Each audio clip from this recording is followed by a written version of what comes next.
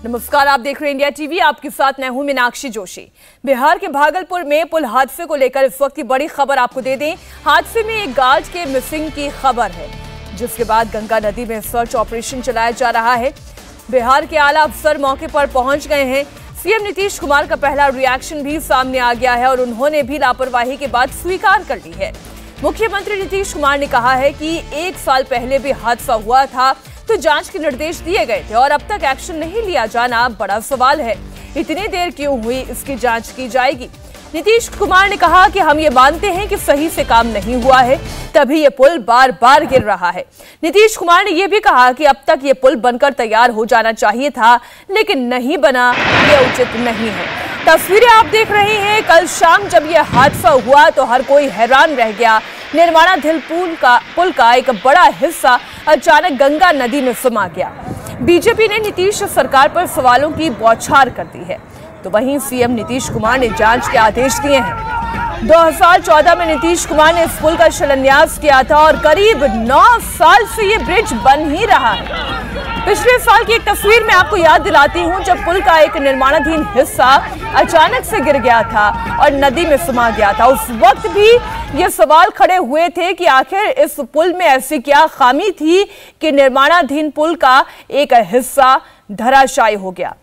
तब भी इस पर जांच की बात कही गई थी, लेकिन 2 साल में दूसरी बार एक बार फिर पुल का एक बड़ा हिस्सा पानी में समा गया। क्या कार्रवाई हुई थी, क्या जांच हुई थी कि 2 साल के बाद भी स्थिति जस की तस रही? आखिर हादसे का जिम्मेदार कौन है? भागलपुर में जिस जगह पर पुल नदी में समाया, वहां हमारे बिहार के ब्यूरो चीफ नीतीश चंद्र मौके पर पहुंचे। ग्राउंड जीरो पर यह जानने की कोशिश की कि आखिर 2 साल में दूसरी बार पुल कैसे गिर गया। देखिए नीतीश चंद्र की एक एक्सक्लूसिव रिपोर्ट। जिस पुल ने जल समाधि ली है, हम वहां ग्राउंड जीरो पर हैं और यहां से हम आपको दिखाते हैं कि क्या तस्वीरें हैं। भयावह तस्वीरें हैं। आप देखिए किस तरह से जो पुल का पूरा ढांचा गिरा है। वो ये पुल पिलर नंबर जो है ये 12 है और उसके दाहिनी तरफ का जो हिस्सा है वो 13 है। 13 से लेकर 9 नंबर पिलर तक का जो सुपर स्ट्रक्चर है, पिलर है, वो पूरी तरह से धराशायी हो गया है। यहाँ आगे हम जब बढ़ते जा रहे हैं तो 12 के बाद 11 नंबर पिलर यहाँ है और बीच में आप देखिए ये सुपर स्ट्रक्चर का हिस्सा, यानी 2 पिलर को जो जोड़ने वाला हिस्सा है जिसके ऊपर गाड़ियाँ चलती, वो हिस्सा सीधे नीचे गंगा में समा गया है। और जो बड़े बड़े आपको केबल ब्रिज दिखाई दे रहे हैं, चूँकि ये एक केबल ब्रिज था, नई टेक्नोलॉजी से बनाया जा रहा था और बावजूद जिस तरह से ये घटना हुई है ये बिल्कुल चौंकाने वाली है। यहाँ देखिए अब हम उस हिस्से पर पहुँचे हैं जो 11 नंबर पिलर है। ये 11 नंबर पिलर और यहाँ भी 11 नंबर पिलर से जो आपको केबल के वायर दिखाई दे रहे हैं और जो सुपर स्ट्रक्चर का जो हिस्सा वो बीच में गिरा हुआ, गंगा में समाया हुआ। इससे पहले पिछले साल भी ये घटना हुई थी और उस समय सिर्फ एक सुपर स्ट्रक्चर गिरा था, पिलर नंबर 5 से जुड़ा हुआ, और उसके बाद उससे जुड़े हुए जो कुल 54 सेगमेंट और थे वो डिस्ट्रॉय कर दिए गए थे। और जो घटना हुई थी उस दौरान 19 सेगमेंट उसके गिर गए थे। उसके बाद जो बाकी बचा हुआ हिस्सा था उसकी जांच की जिम्मेदारी दी गई थी आईटी रुड़की को। उसकी रिपोर्ट अभी तक आई नहीं है, लेकिन उससे पहले ही ये घटना हो गई। और बीच में ये हिस्सा आपको दिखाई दे रहा है जो कंस्ट्रक्शन के दौरान जो आमतौर पर इसका इस्तेमाल करते हैं, जो कर्मचारी, जो मजदूर होते हैं, जो इंजीनियर्स होते हैं, वो इसके ज़रिए जाते हैं। अब हम आगे बढ़ गए हैं पिलर नंबर 10 की तरफ। ये देखिए पिलर नंबर 10 का वो हिस्सा, और ये भी पूरी तरह से गंगा में समा चुका है। 2 पिलर के बीच का जो हिस्सा है जिसे स्पैन कहते हैं, और ऊपर का जो हिस्सा है वो सुपर स्ट्रक्चर कहलाता है। और 3-3 मीटर के सेगमेंट जो होते हैं उनको जोड़ जोड़ कर वो एक सुपर स्ट्रक्चर है वो तैयार होता है। तो इस तरह के जो कई सेगमेंट थे इस पिलर से जुड़े हुए, इन सारे पिलर से, वो सारे धराशायी हो चुके हैं। जहां पर जब ये हादसा हुआ उस समय गंगा नदी में आसपास नावों का परिचालन भी हो रहा था। गनीमत ये रही कि पुल से थोड़ी दूरी पर नावों का परिचालन था, लेकिन पुल के गिरने के बाद जो लहरें तेज हुई उससे हादसा हो सकता था।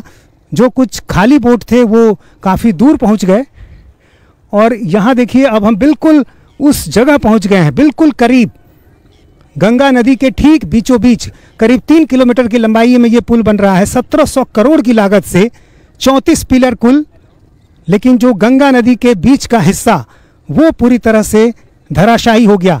हम बढ़ रहे हैं सुल्तानगंज की तरफ। खगड़िया जिले के अगवानी घाट को सुल्तानगंज से ये ब्रिज जोड़ता, 3 किलोमीटर लंबा ब्रिज, और इस तरह से उत्तर बिहार और दक्षिण बिहार को ये पुल जोड़ता। और ऐसे में ये एक बड़ा प्रोजेक्ट इस इलाके के लोगों के लिए वरदान माना जा रहा था। यहाँ से झारखंड की दूरी भी काफ़ी कम हो जाती और कई मायनों में ये ब्रिज काफ़ी अहम, नीतीश कुमार का ड्रीम प्रोजेक्ट 2014 से शुरुआत, शिलान्यास हुआ, फिर 15 में काम की शुरुआत हुई, 4 साल का डेडलाइन, 19 में बन जाना था, लेकिन कई बार समय बढ़ता गया, बीच में हादसे भी हुए और अब तो ऐसा हादसा हो गया कि अब ये कहा जा रहा है कि नए सिरे से DPR इसका तैयार किया जाएगा और फिर नए सिरे से सब कुछ किया जाएगा।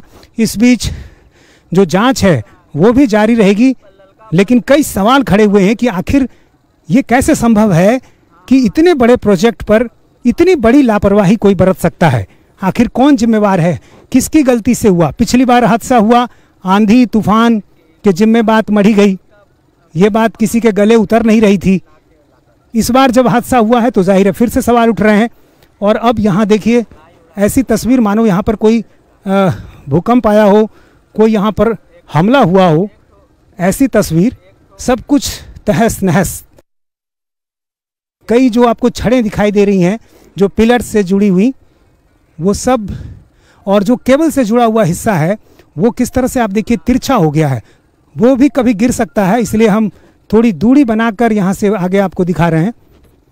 और आगे के हिस्से में आप देखिए जो केबल का हिस्सा उधर एक बचा हुआ है वो सुल्तानगंज की तरफ का हिस्सा, और इसी ब्रिज के ऊपर एक गार्ड जो उस समय काम कर रहा था वो लापता है, उसकी तलाश की जा रही है। SDRF के जो जवान हैं वो लगातार गश्त कर रहे हैं, लगातार उसकी तलाशी की जा रही है। आप देख सकते हैं SDRF के जवान को आप देख सकते हैं कि वहाँ पर वो लगातार गश्त कर रहे हैं। जो एक व्यक्ति इस पुल के ऊपर उस समय अपनी ड्यूटी के लिए जा रहा था वो इसमें गायब हो गया है, और ठीक उससे कुछ मिनट पहले, हादसे से कुछ मिनट पहले जो गार्ड पहले वाली शिफ्ट में था वो यहाँ से जा चुका था। और सबसे एक बड़ी जो राहत की बात लोग बता रहे हैं कि रविवार को 1 बजे तक ही काम होता है। सैकड़ों मजदूर इस पुल के ऊपर काम कर रहे होते यदि वो रविवार का दिन न होता। तो ऐसी स्थिति में आप समझ लीजिए कि यदि कोई दूसरा दिन होता तो कितने लोगों की मौत हो जाती। और उससे भी बड़ी बात ये कि यदि पुल चालू हालत में रहता और तब ये घटना होती, तब आप समझ सकते हैं कि ये कितनी बड़ी घटना होती, क्योंकि सैकड़ों की तादाद में गाड़ियां चल रही होती। और अभी पुल बनने के दौरान जब ये घटना हुई है तो इस बात की राहत जरूर है कि कोई जान मान का नुकसान नहीं हुआ। आरोप प्रत्यारोप का दौर भी चल रहा है। तेजस्वी यादव ये कह रहे हैं कि जब पहली घटना हुई थी उस समय तो मैं था, लेकिन जब इसका शिलान्यास हुआ उस समय हमारी सरकार नहीं थी। एक दूसरे पर आरोप प्रत्यारोप मढ़े जा रहे हैं, लेकिन सवाल अपनी जगह कायम। सबसे बड़ा सवाल ये कि आखिर इतनी बड़ी लापरवाही के लिए जिम्मेवार कौन है? इंडिया टीवी हर वक्त हर जगह डाउनलोड करने के लिए सर्च करें India TV news Google play store या ऐप स्टोर पर।